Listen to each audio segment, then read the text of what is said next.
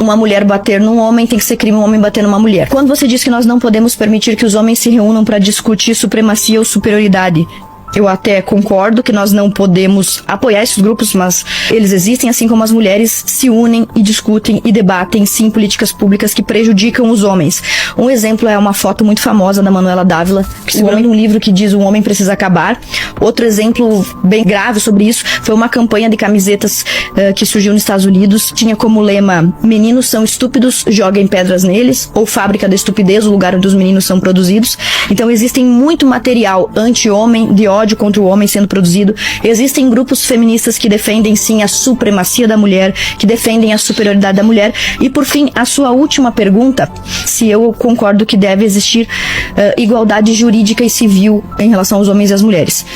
De modo geral, sim, eu concordo que a lei deve ser justa, principalmente quando se trata, por exemplo, do Código Penal. Se é crime uma mulher bater num homem, tem que ser crime um homem bater numa mulher. Se é crime um homem mentir sobre uma mulher, deve ser crime a mulher mentir sobre o homem. Mas não é isso que a gente verifica nas leis. Nós temos uma infinidade de leis que, na verdade, só defendem as mulheres. Leis que favorecem as mulheres. A própria lei do feminicídio não necessariamente favorece as mulheres, mas ela considera que o crime contra a mulher é mais grave do que o crime contra o homem, porque a pena é maior, né? Nós temos também, por exemplo, a Lei 13.642, que é sobre a atribuição da Polícia Federal para investigar machismo online.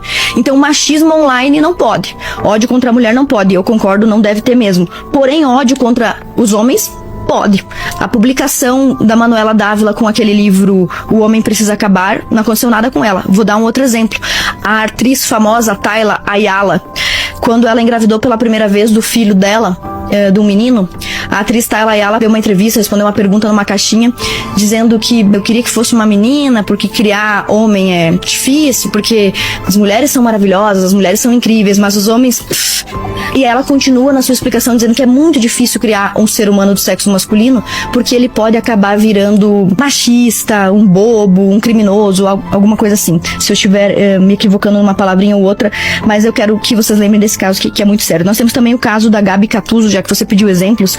A Gabi Catuzzo é uma gamer e durante um programa ela perdeu até o patrocínio, ou seja, quem a puniu foi a empresa, porque a legislação brasileira não a puniu. Ela estava numa live e disse que homem era lixo. E aí alguém contestou: "Você acha mesmo que homem é lixo? Não precisa generalizar".